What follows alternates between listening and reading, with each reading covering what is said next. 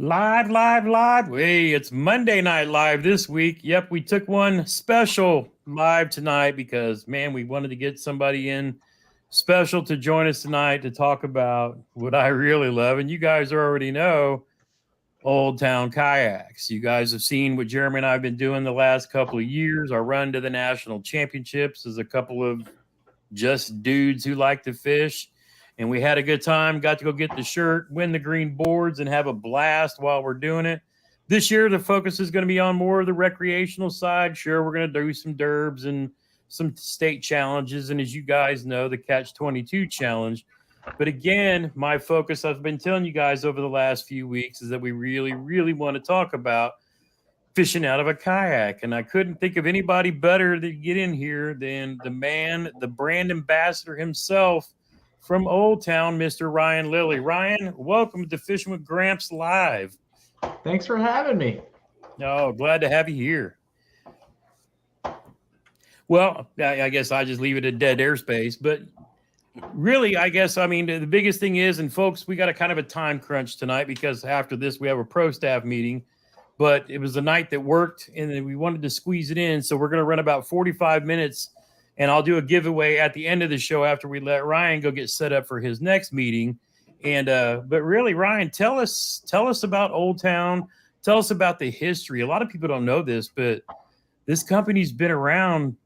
Well, Jeremy did some looking today since the 1800s, I guess. Tell us a little bit about the history of Old Town. Yeah, we've been around for a minute. We were founded in 1898 up here in Maine. Our current factory is only about a mile away from where we originally started. So we've been making watercraft and innovating watercraft since 1898, and it's really kind of a cool story. And since we got 45 minutes, I'll give you the longer version if you're interested. We are, yeah. Awesome. So back in the late 1800s, the state of Maine, really today, it's still very important. The logging industry has been huge up here. We're a very forested state, one of the most forested in the lower 48. And so logging and, the industry around logging has always been really a part of the fiber of Maine and who we are. And so back in the late 1800s, they used to float logs down our major rivers to the mills. And we had several mills in the town of Old Town. And they would cut the trees up way deep into the woods. They'd stage them on the edge of the water. Then they would float them down the river during the months that the water was open down to the mills. And in the wintertime, when the temperatures dropped and the river started freezing, all the people that drove logs down actually rode the logs down the river, making sure they didn't jam on the way. Mm-hmm. All those guys needed work, and a lot of them were craftsmen, and they would make snowshoes or bateaux, which is like a French word for a working boat, or canoes, things like that. And the Gray family owned a hardware store in the town of Old Town, and they saw an opportunity to innovate canoes. At the time, we didn't have a lot of road systems in Maine. That's why they were floating with logs down. And the way you got around Maine was navigating our river systems. And if you take a minute to look at a Google image of Maine, you'll see how much water we have. Obviously the coastline and the Atlantic Ocean, but we have several major rivers within our boundaries and a lot of tributaries that pour into those major rivers. And so that was really a network of transportation. Really was our highways. So a lot of people got around by poling or paddling up and then floating and navigating downstream to intersect the state. And so boats were really a way of life. You needed one to get around if you wanted to get anywhere. And so the Gray family saw an opportunity to start selling canoes out of their hardware store. So they hired some of these off-season loggers that needed some work in the wintertime to start making wood canvas canoes, which was really a pioneer move back in the day, because the way you made boats were either just out of wood and sap or birch bark. And so inspired by a lot of the canoe designs from the indigenous peoples in the area, and based off of what hadn't been working, and trying to create some solutions for people that wanted a boat that would last a long time without the need of constant upkeep, they decided to innovate a canoe made out of wood and canvas. And that really is how we got our start. And from there, early 1900s, post-war, a lot of people came back and wanted to recreate, spend time outside when they got home from fighting wars. And, that was right around the time of the canoe boom down in Boston, where a lot of the youths of the day wanted to escape with their loved ones and spend some time together. So we made a lot of canoes called the courting canoe. Okay. And we also made, so aside from the courting canoes, we also made a line of canoes that were for like sportsmen that wanted to come up to Maine and be guided. So we were selling a lot of canoes and canoes at the time to people that were guiding sports from New York and Boston that came up that wanted to go on bear hunts or wanted to go on fishing excursions. And so really we were making recreational canoes for what was happening in Boston on the Charles River, as well as people that wanted to come up and experience the wild of Maine. So fast forward, canoeing really started to take off through the post-war era. Old Town became not only a canoe maker, but we were making like lap straight dinghies and sailboats and sailing canoes, and eventually offshore fishing trawlers. We were making recreational inboard, outboard boats for a while through the mid-century, and really kind of exploded into a large company that made all kinds of different watercraft. And by the mid-century, we were really experimenting with other materials. We started to experiment with plastics and fiberglass and things like that, and really pioneered the rotomolding process of what we know of today back, 60s, 70s, 80s. And about the early 1970s, Johnson Outdoors, who is our parent company, acquired Old Town from the Gray family. And we're one of the first brands within the Johnson Outdoors family, which is comprised of Minn Kota, Humminbird, Old Town, Eureka tents, Jetboil camp stoves, Scuba Pro. That's our portfolio of brands, but Old Town was one of the first brands for Johnson Outdoors. And so they bought us back in the 70s, invested a lot in the company to take us to where we are today. So we've always been kind of at the forefront of innovation. Around that time, we got into, again, rotomolding plastic boats, and the name of the game there was durability, longevity, because our boats have always been, almost like an heirloom that's passed on. And there's a lot of history in a lot of our boats. Like, fun fact, if you were to find an Old Town canoe, a wood canvas canoe at a yard sale or something, you could look up the serial number on the boat, give us a call, and we have these awesome boxes, cedar boxes that hold all of our production cards from all of our boats ever made from like 1901 to 1988 when they were digitized. And so we can look up the card and tell you who worked on your boat back in 1942, when it was started, when it was shipped, if it ever shipped back for repairs, what the original materials were used for it.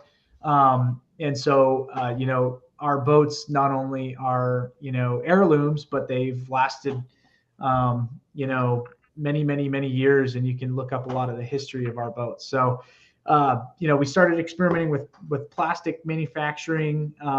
One of our legendary engineers, Lou Gilman, pioneered the 3-layer rotomolding process. So like our Discovery canoes, some of our recreational kayaks today are made out of 3 layers. So if you envision rotomolding stands for rotational molding. So you pour plastic powder into a mold, it goes into an oven, and it rotates and it melts that plastic. And he pioneered not only that process, but 3 layers to make it extra durable. So your canoe has extra, stiffness and durability to last many, many years. And so that was really started with the Discovery canoe in the early 80s. And here we are today. So, fast forwarding to today, the last 10 or 15 years, the explosion of kayak fishing has really paved the way for where we are today and where we're headed in the future, with all the innovation that we've come out with in the last 10 years on the fishing kayak platform, and really the growth of where our business is today. We still sell a ton of recreational boats, whether it's to sit inside paddle kayak or canoes, but really the bread and butter right now and what's driving our innovation is fishing. And so you've seen what we've done with the Sportsman line, but really our launch of fishing kayaks started probably in the late 2000s, with some offerings on the Ocean Kayak brand that's a part of our company, and then rolled into the Predator line that we launched in the early 2000 teens, and now the Sportsman line today. And I had mentioned it earlier, the Minn Kota brand's part of our family of brands, and that was a big part of our innovation for our Sportsman line, because we have 3 motorized kayak models within the Sportsman line that we worked with the engineers to fully integrate that trolling motor experience in a kayak. So we've got paddle, we've got pedal, we've got motorized models within our Old Town fishing fleet, and in a variety of recreational models for anybody that's looking to get out on a lake or river or even the ocean. So we have a full suite of products, and we've been around since 1898. This is our 125th year as a business. We employ, I'd say, around 200 employees, many of which are multi-generational employees that their aunts and uncles or moms or dads or grandparents worked for us, and we're really proud of what we do. We're still chugging along, and our business has seen some exceptional growth the last few years with kayak fishing, and so that's a little bit of the history of Old Town. Excellent, man. That is such an awesome story. I was telling Jeremy earlier, it's funny because until I kind of got into kayak fishing, years ago, we started out like a lot of people do. You go to your local box store, pick up the big blue sit-in thing, and that's we were doing that back 10 years ago on some of these ponds on the Navy installation I work at.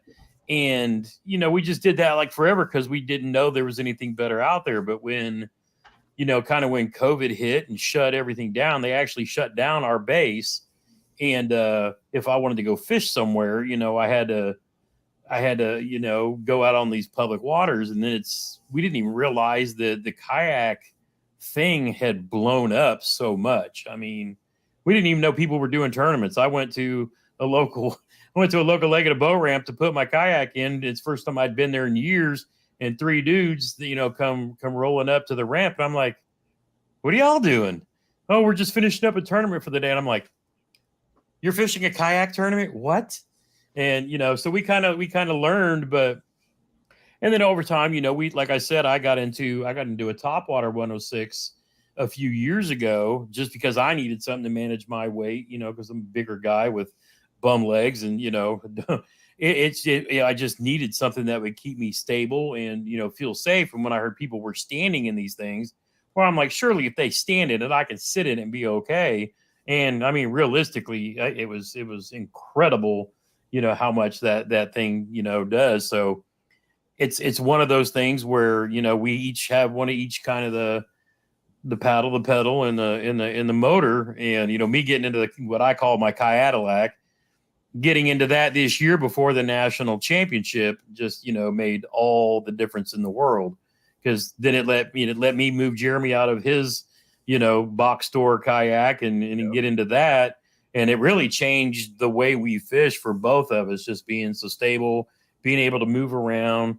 And like you said, however you want to play, you can, with paddle, pedal power, and all of the awesome options in the different kayaks. Now, I guess the first question I've always wanted to ask somebody was, I love, like, say the PDO 106, and I know you have the MK 106 that's got the motor in it, but has there ever been thoughts about having an option where you can pull the pedal drive out and drop like a motorized version in the same kayak? So if somebody wanted to start with the pedal and then move to that versus putting something on the front and the back, Has that ever been like a thought or process where that might be an option someday?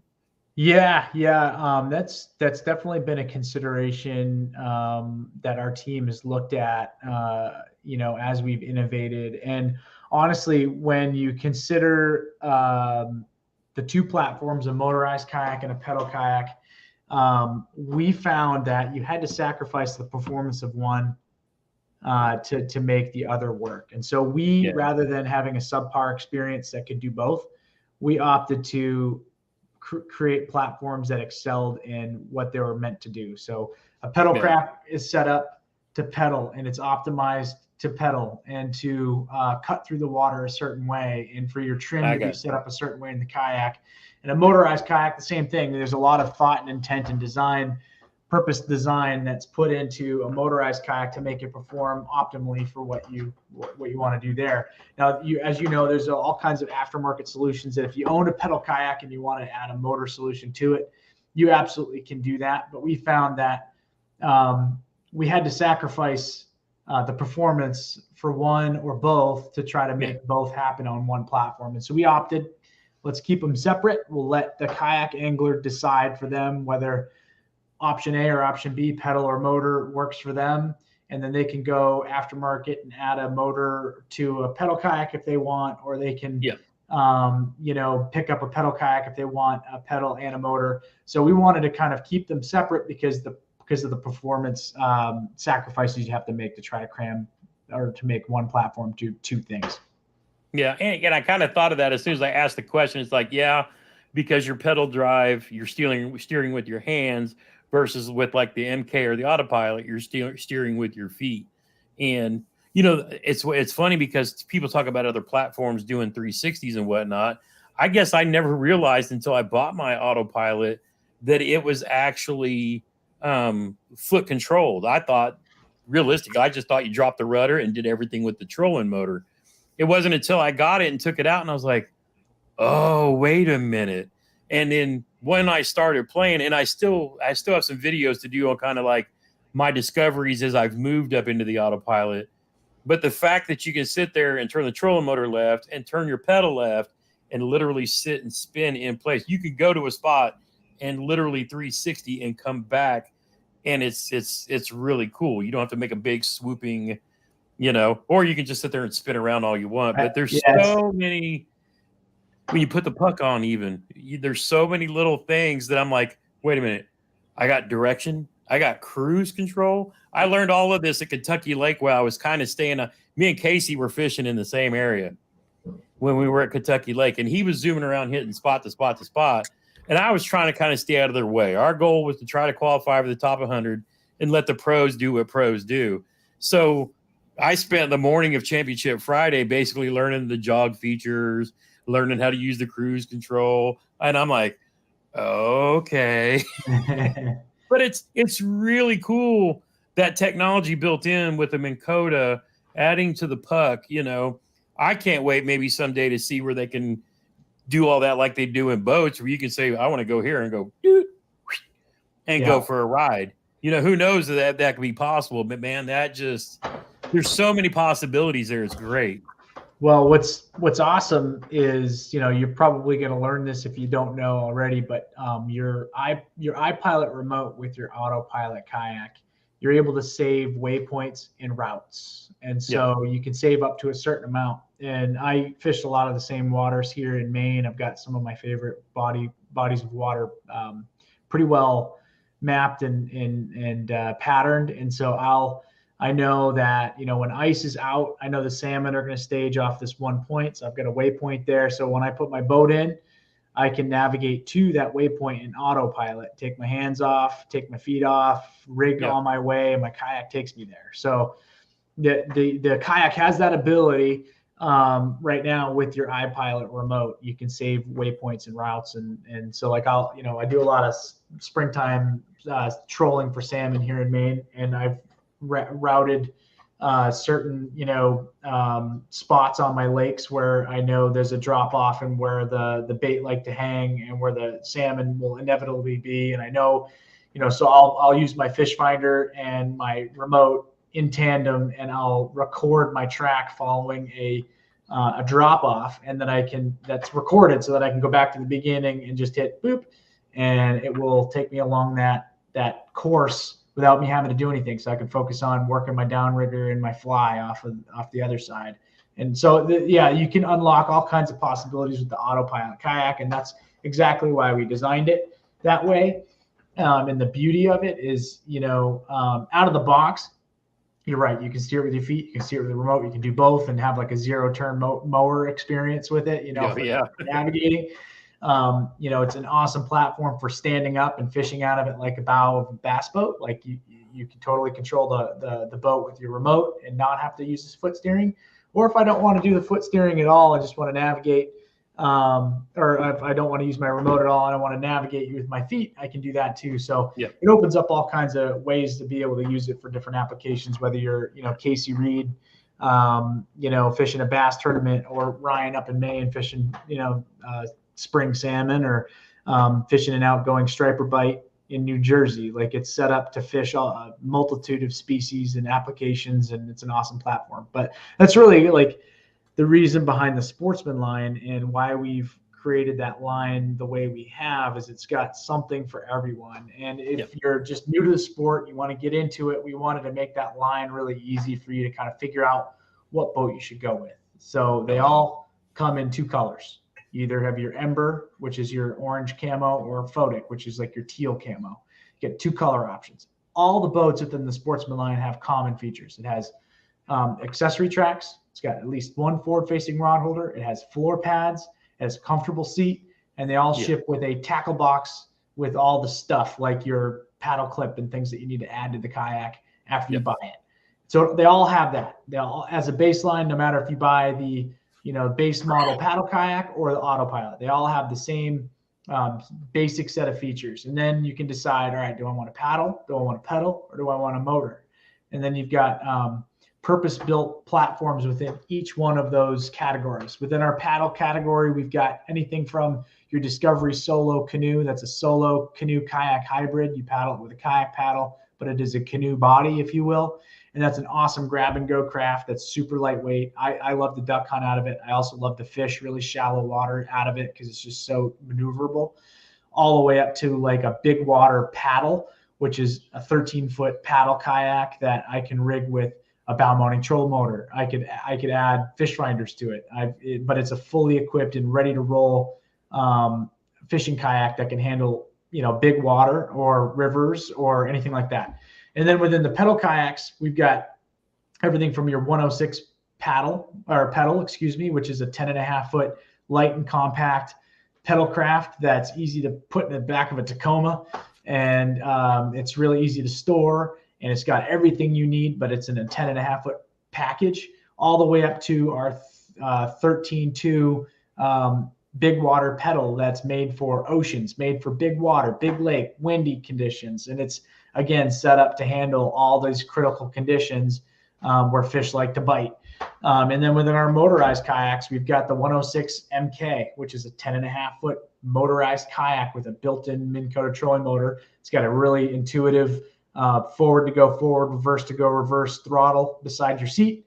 You steer it with your feet, and it's 10.5 feet. So it's really short and easy to control on and off the water, fully equipped, ready to be fished, and all the way up to our autopilot 136, which is a 13.5-foot kayak that is the Mac Daddy. It's the crown jewel. It's the biggest, baddest motorized kayak that we have in our lineup. So we just wanted to make it really easy for someone to come in to oldtownwatercraft.com, figure out which model is right for them, and it also gives them an upgrade path or a quiver. Like if they want to think about getting a pedal, and motorized, you at least can figure out what we have within our lineup that would suit your quiver needs or your upgrade, goals in the future. So that's really kind of the purpose behind how we laid up our fishing kayak line, and we're really proud of it. So I got a question.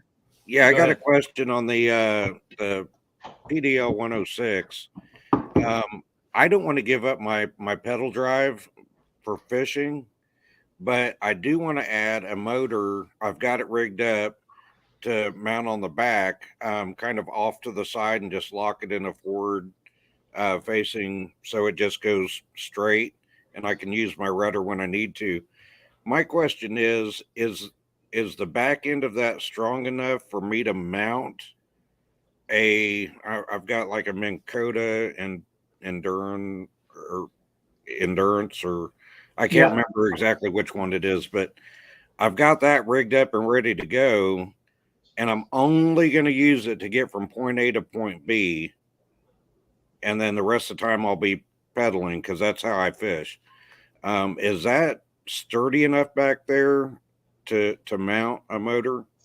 Yeah, our kayaks are very sturdy, and if there's one thing, we don't cheap out on the thickness of our hulls. Mm-hmm. However, if you are going to add a dish, like something that's going to torque the body of the kayak, we always recommend that if you're going to retrofit something, that you back it up on the back end, on the backside. So if you're able to get into that kayak and put like C-board on the backside to reinforce it, that's always a good move. Or if you're able to utilize the accessory tracks out back and do something that spans both accessory tracks that supports whatever you're putting off to the side, that's a good option too. There's a lot of people out there that have customized their kayaks for aftermarket, motor capabilities like what you're describing. So like if you go onto our owners group on Facebook, Old Town Sportsman Owners Group, I'm sure you could search back and find someone that's done it 3 or 4 times over. So it can be done.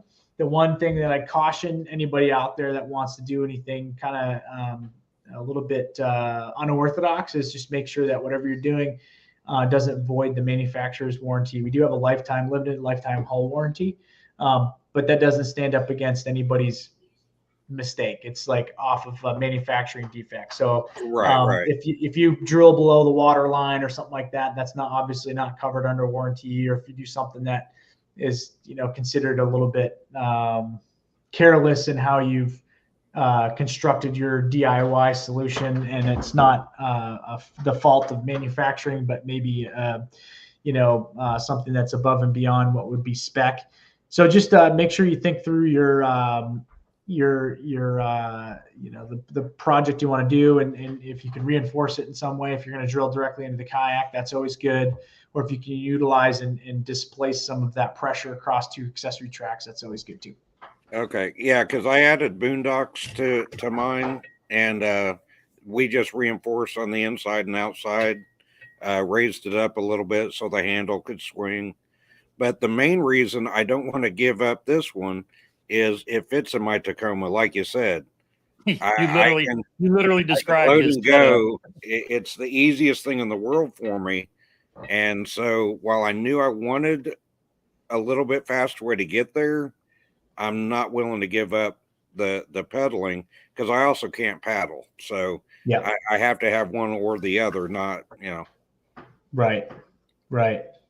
Yeah, there's a lot of people that have kind of retrofitted, additional propulsion options.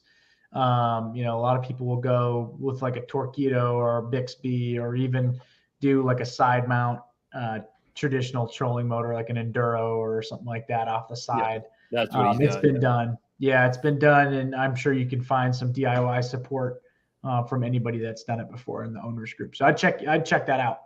All right, I appreciate that. Yeah, you bet. Yeah, because I think one of the ones, I mean, like I said, I want to build a fleet too, but eventually when I move up and maybe into the 136 one day, and Jeremy wants the auto, the 120, I still want to get. I love the thought of the MK, just for the fact that I can take everything out of it, pedal in some of the smaller ponds, but in some of the river places or places we might. My reminder for the pro staff meeting. But I love the fact, especially with the fact that you put the MK in the 106, is perfect, because Jeremy and I have some spots that we go to where we can drag through a little bit and get into areas. It's not going to be something that's going to be that easier for me to drag across, 50 feet or whatever with the 120 or a 136, but having the smaller ones that we can actually do that with is going to make it really interesting.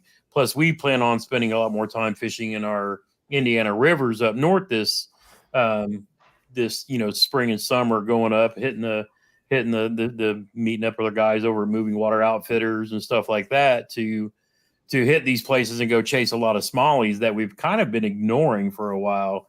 But now that we kind of got the bug again, we're going to spend some more time doing that. Yeah, that's awesome. Yeah, that 106 is really fun. It's fast for a 10.5-foot kayak. It's really intuitive and it's fast.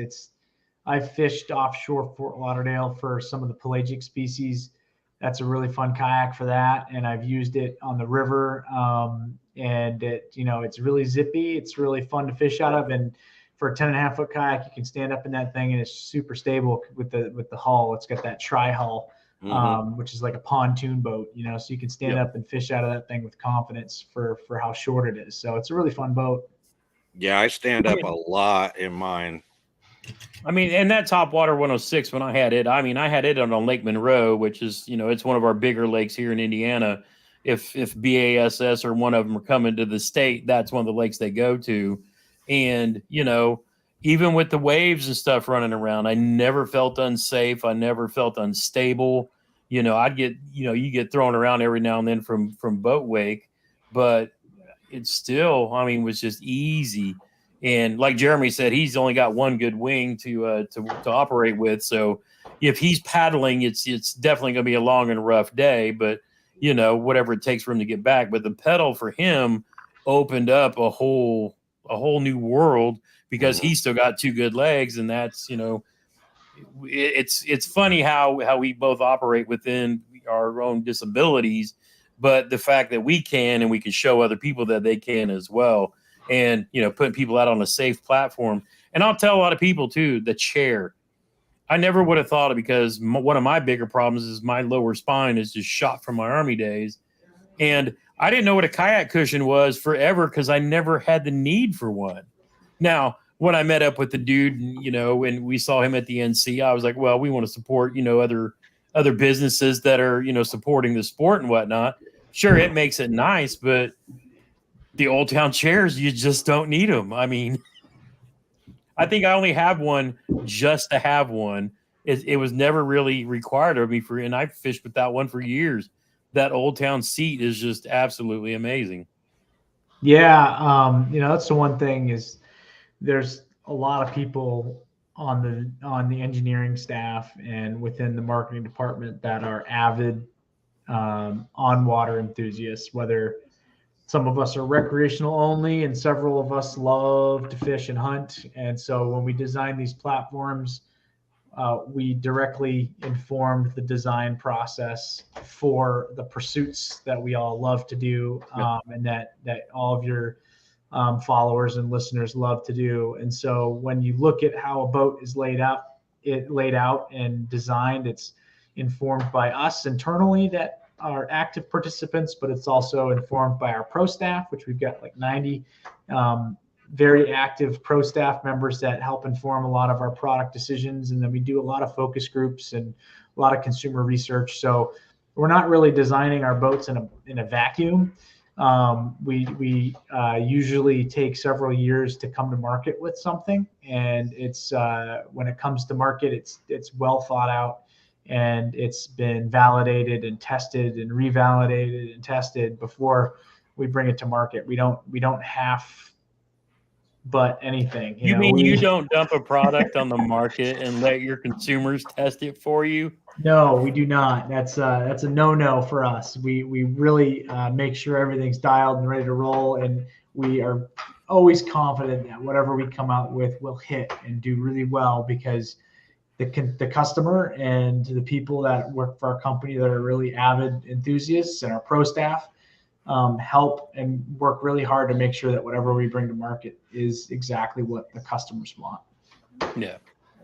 So when you guys do like new product launches, things like that, do you have certain events that you like launch them around? I like for example, you see like in the boater side, it's always around the Classic or Red Crest or something like that too. But have you noticed that have you guys have a strategy based on anything major, or it's just like when the time is the time, that's when we launch our new products? Because as far as I've ever known, it's not like anytime Old Town's launched something, it's been a complete surprise to me. Yeah. So yes, internally, there's always a strategy to what we're doing. we've done a myriad of different approaches over the years. I've been with Old Town for 7 years now, and when I first started, our launch platform was usually iCast. That was when everybody launched to trade. So that's when we announced things to our trade partners, our retailers, media, usually announcing something that was coming the next year, right? And then when we launched the Sportsman line, we took a different approach, and we launched it at a consumer event, which was Bassmaster Classic. And we waited until the product was absolutely ready and was already in stores. So when we had dropped the curtain on the Autopilot, the 106 MK, and the rest of the Sportsman line, it was ready to roll. And it was in retailers' doors for people to go demo and buy. So we've taken I love that. I love that strategy, because one of the things everybody hates, it's like, oh, here's this new thing. We'll see you in 6 months. Oh, come on. Yeah, it just depends on the product, depends on the timing, depends on a lot of factors when we launch products. But usually it's very informed and strategic to help our retailers sell products the best and easiest for them. Like, we don't want to launch something at a weird time that will make it hard for them to move boats. Or make it, launch something when customers aren't thinking about kayak fishing because it's 2 feet of snow on the ground. So we usually try to time it up with when people are interested in looking to get out on the water or looking to go buy, because that's the most natural time to move product. And as a business, we want to be as efficient as possible. We want to help our retailers. And so usually it's informed by a lot of different things, but I wish I could tell you what the actual secret formula is, but it changes with every project. So you guys have made a move in strategy, or how you're kind of thinking about things. A lot of people may not know that's following along the channel, but Jeremy and I both follow like the tournament scene, because we're both lifelong bass anglers. We fish boat and now the kayak stuff. So we've always watched bass and everybody else, but we've followed closely along like the kayak scene as it's grown over the last few years. And you guys were heavily involved with Bassmaster. And this year you take an approach to, say, bring Old Town out more nationwide. Kind of fill us in on what your strategy is. And I ain't going to call it a strategy. You're supporting the grassroots organizations and those clubs that we all love. That's not, for those of us that don't travel the country and fish, but we have our clubs and whatnot here in state. Tell us what you guys did some big stuff this year. So tell us about it. Yeah, you hit the nail on the head with supporting grassroots, and that was our approach this year. The last 2 or 3 years we were partnered with Bassmaster and their kayak series, which is great, and they're great partners. And we invested a lot into helping get their kayak series going. And it's hard to compete with the Blue Trophy, right? And just the major, the big deal of having Bassmaster support kayaking and bring it to the next level. So we saw that as a huge opportunity, not only as a launch pad for our Sportsman line, but also to invest and amplify the kayak fishing scene and sport as a whole. And so we invested a lot to help Bassmaster succeed and to grow the sport of kayak fishing. But now we see a huge opportunity to support the local clubs, because we understand that the local clubs is really the entry point for a lot of people who get into this sport to begin with. And there's a lot of great clubs across the U.S., a lot more than I'd even realized before we did this grassroots effort that are serving their local kayak fishing communities with awesome events throughout the summer and throughout the spring, through the fall too. And what we wanted to do is take our investment, which originally lived with Bassmaster, and take that and actually invest it in the local clubs this year, and to take a different approach. We still are going to Bassmaster Classic. We'll have an expo booth there. We have 11 team members on the Old Town Pro staff that are going to compete in the Classic, which is awesome. But we wanted to take that money this year and really invest in the local kayak fishing community across the United States. So this year we developed a program called the Old Town Tournament Program, where we invited clubs and trails, regional clubs and trails from across the lower 48 to apply for sponsorship. We did this last month. And so we had an application where clubs could apply for sponsorship, and we had a rubric to score them based on the parameters we put in place. So it needed to be a local club. It needed to have a social media presence. It had to have at least 5 events per season. It had to have a nice representation and a nice average angler participation at each event throughout the year, and to be considered. And so then we took in almost 100 applications from across the country, which blows my mind. And we had money to invest in 12. So each of the 12 clubs that we selected is receiving $2,500 in sponsorship money to go towards cash awards for like big bass. And they're also receiving a PDL Sportsman kayak to give away as a season end prize. So we hoped by investing that money at the local level, it will encourage people to get involved, to fish local events, to help these local clubs have more to offer, to advertise to anglers that maybe have been on the fence about joining a club or participating in a series locally. So we just want to help grow the sport, because really it's the rising tide that lifts all boats. And we hope that through this, more people get into the sport and invest in good quality kayaks, whether it's us or whether it's any of our competitors that make awesome boats too. And maybe someday they'll choose Old Town, which will be awesome. But at the end of the day, I just want more kayak anglers out there investing in this sport that we all love.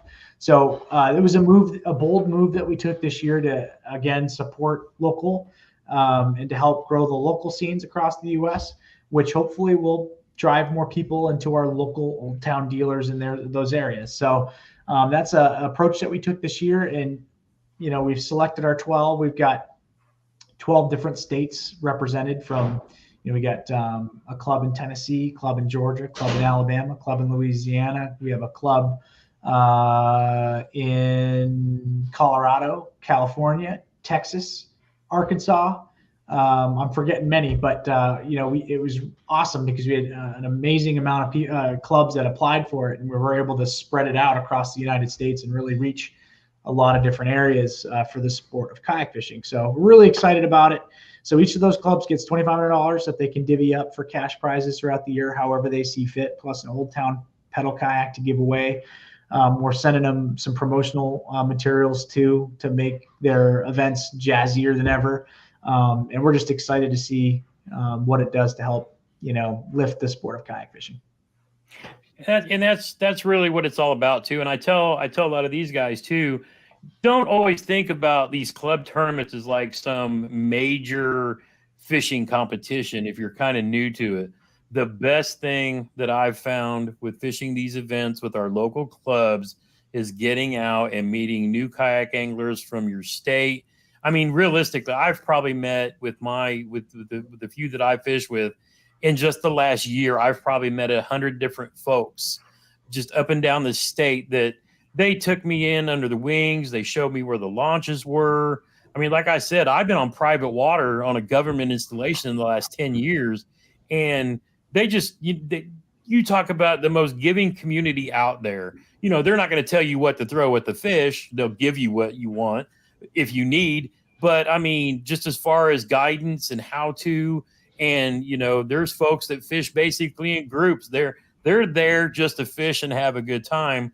The tournament is the reason to get together, but a lot of the times a dinner afterwards or, whatever is good time and fellowship with friends and meeting new people was just huge, especially coming off of the pandemic when people wanted to be out and with friends and meet new people and do things like that again too.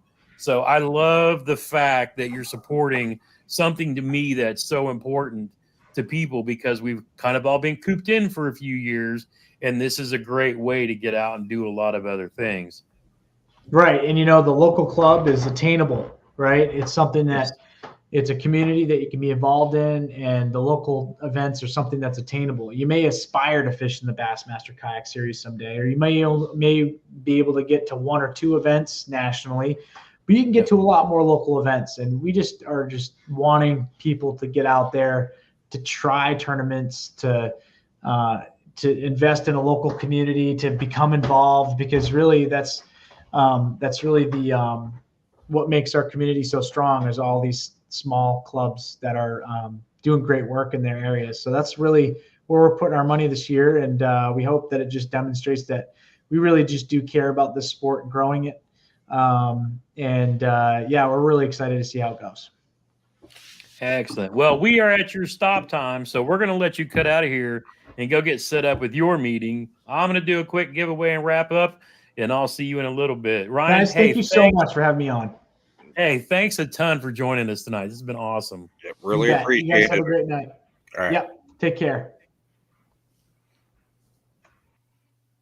All right, everybody. Ryan Lilly from Old Town. I mean, that was really cool.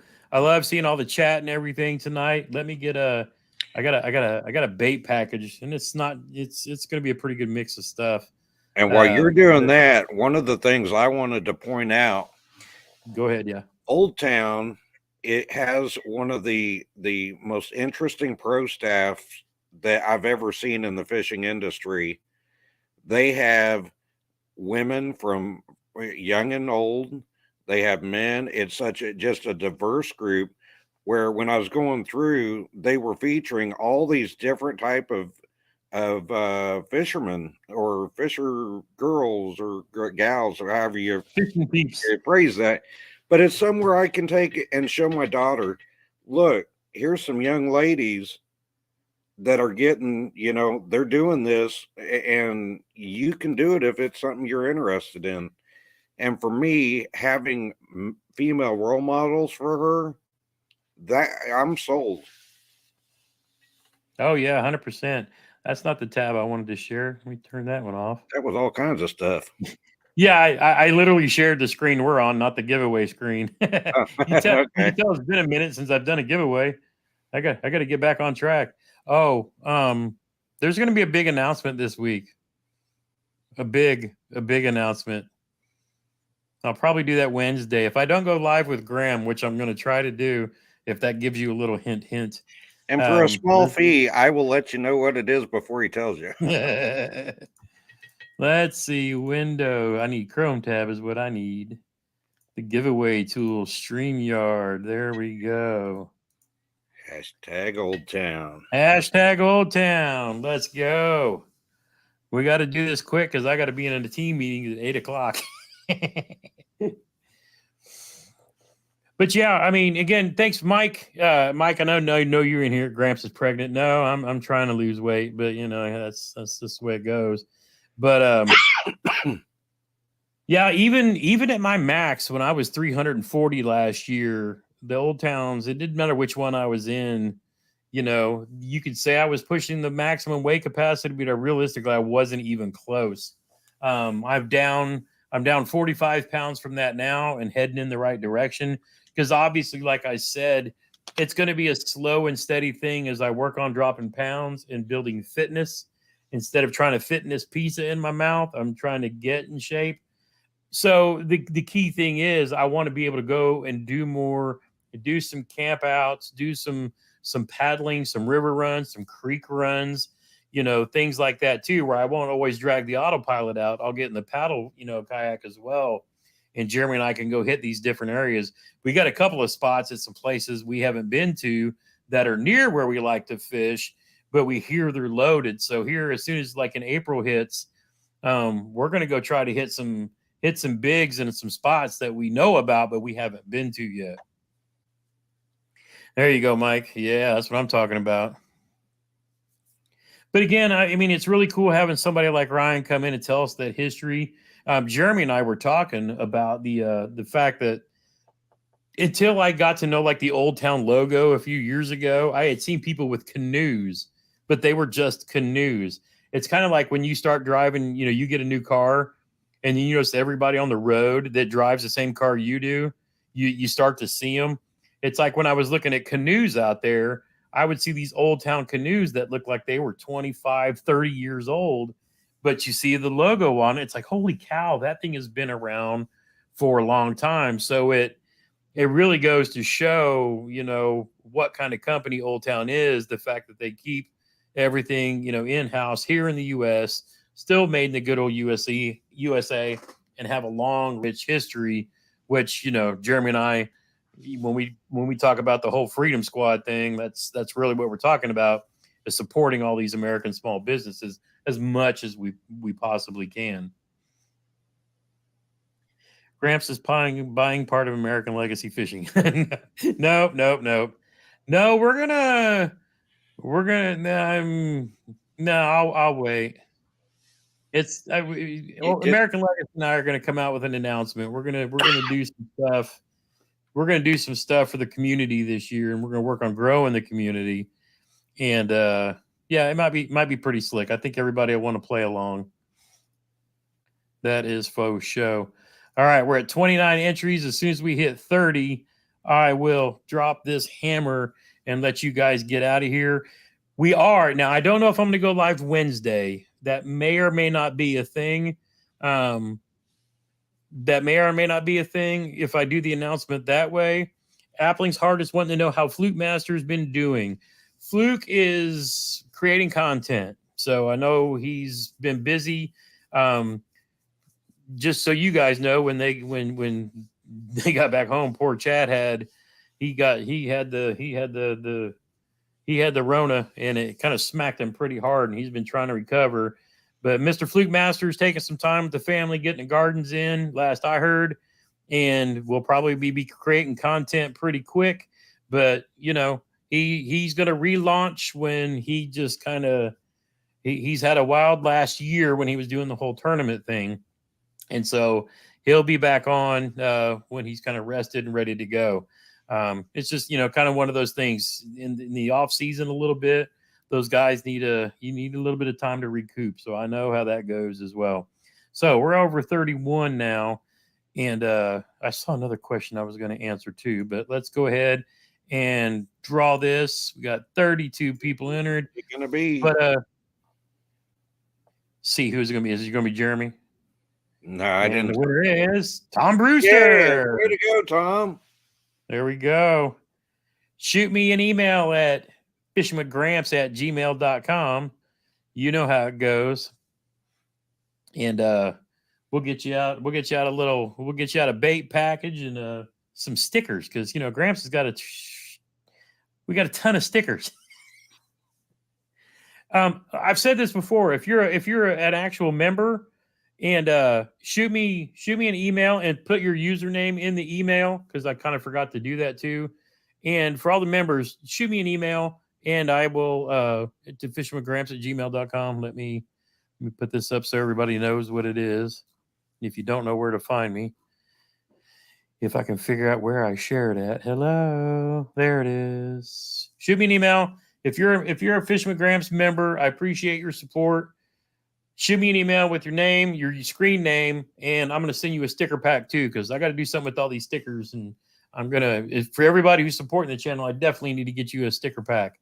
Where was I going, Jeremy? Oh, so there might be a live on Wednesday. Just depends if I can get with Graham or not.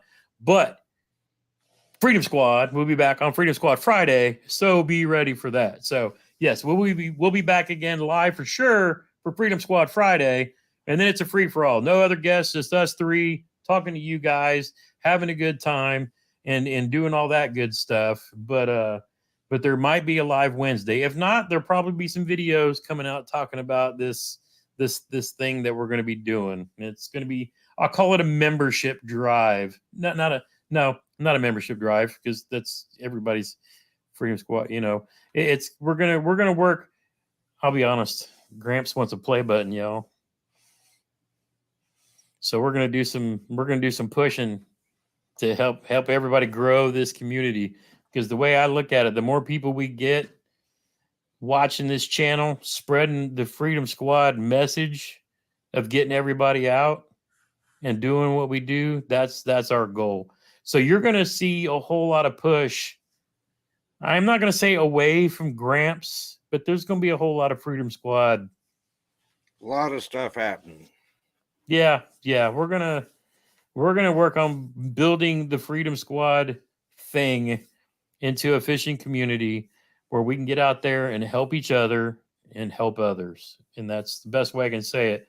But in order to do that, we need to increase our reach. And I told Jeremy, I was like, I'm not renaming my channel yet, but Freedom Squad is definitely going to be where our direction is going to be. We're going to be doing a lot of fishing.